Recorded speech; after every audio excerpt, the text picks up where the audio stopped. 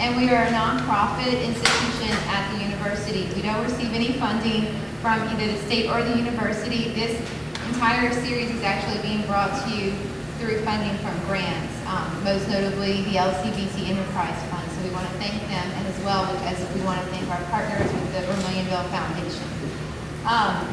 Just to give you guys a little bit of background about the center, it was created in January of 2001. The director, Carl Brasso, was given a computer, a graduate student, some office space, and was told to do something. And what he did was he created an annual conference, which we host every fall. We always host it right before Festivals Acadiens at Creole. So when it moved from September to October, so did our conference.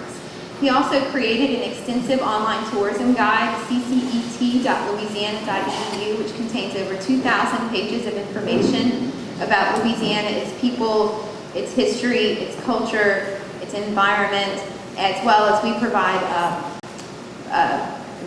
visibility on the internet for every single parish in the state, especially those who don't otherwise have an internet presence. In addition to that, we also have 32 research fellows associated with the center, and they represent 5 colleges and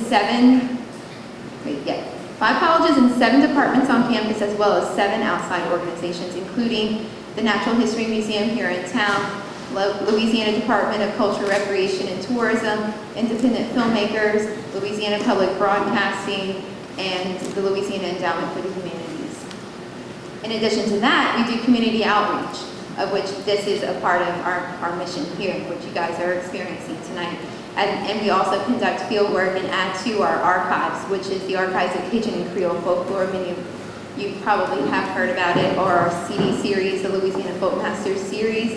We have 3 CDs out right now: Maurice Connor, Women's Home Music, and Festivals Acadiens 1981 Live.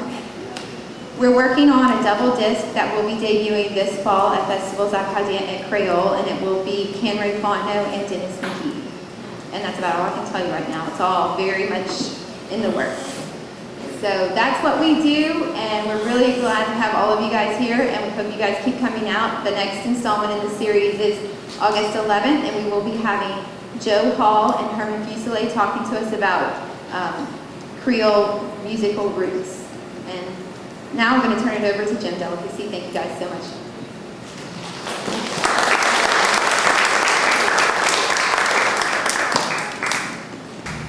Thank you, Jennifer.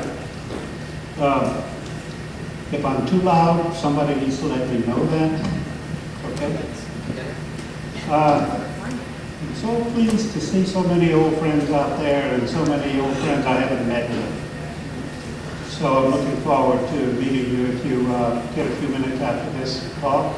I'm also delighted to have 90 minutes to tell you a long story about the Atchafalaya Basin and this group of people that we're going to talk about. Most of the time this talk is reduced to 20 minutes, and you can't really do very much with that at a conference or a meeting. So I'm delighted to have 90 minutes to spend with you this evening. It is about the Miette Point community, a group of people in the Atchafalaya Basin that led what I thought was an extraordinary set of lives over a period of time, much of it in houseboats. I'm looking at this picture realizing that I put this picture up here because it looks to me, which it is, the sun rising through a fog bank on the Atchafalaya River. It just goes to show you how you can be wrong by your impression. Andy Brasseur told me yesterday it looks like a nuclear explosion over Baton Rouge. Nah, it's a sunrise, ain't it? I'm going to try to go through this material at a reasonable pace. I have reasonable expectations that I will not get through it. If I get close to 15 minutes to go, my wife is going to jump up over there, wave her arms, and threaten to haul me off away from the microphone.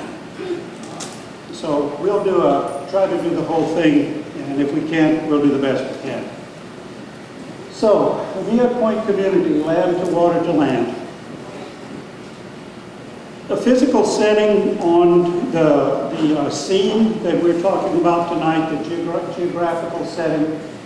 The reason I have both ways on this is this picture is, of course, a recent picture. It's not an old picture of the basin, it's a recent picture. But it shows the basin both for what it was before the levee system was developed and after. If you look at I have a pointer, but I only have two hands. Let's see. This set of lines right here, I hate people who jiggle when they do this, don't you? And there's no way I cannot do that, so please bear with me. I'll try not to keep it on very long. This set of yellow lines is the basin levee system. It defines what we think of today as the Atchafalaya Basin, that which is within the levees. But of course, that's an artificial demarcation. Those levees define a Corps of Engineers designed spillway system, not a natural basin. The natural basin is everywhere you see the brown edge. All of this was the original Atchafalaya Basin. What would you say, about twice the size of what the basin is now between the levees? So we have both ways, the Atchafalaya Basin. Other than the physical setting, we have the cultural setting of the basin, which is defined primarily by, of course, the people who lived in the basin, what they did, who they were, so on. These three books are probably the foundation for what we know about the culture in the Atchafalaya Basin. The one in the front, the brown one, I know the title is difficult to read, but it's Atchafalaya Basin Swamp Life, Atchafalaya Swamp Life. And it's probably the foremost authority from 1973 on what folk life was like in the Atchafalaya Basin. It's an extraordinarily good book.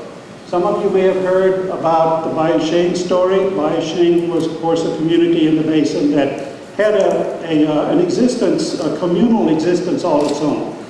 Courthouse, taverns, which doubled as funeral parlors, depending upon whether it was Saturday night or Monday morning. And Cajun Families of the Atchafalaya, one of the several books that someone you know, Greg Gerard, has written. Greg has done some wonderful work on the people around the Catahoula region. Extraordinarily good thing. I have these three books here, if any of you are interested in looking at them after this time together. You're welcome to come up and do that. So, we know about Bayeshane, we know something about Catahoula, we know about the basin in general from the Swamp Life book. So what does the MEAD point information add to all of this? Well, what it adds is a pretty unique situation. We have a single group of people, all living in one place, all subject to the requirements that the basin exerted on people for the whole range of life. And on top of that, almost all of them lived for at least 50 years on houseboats.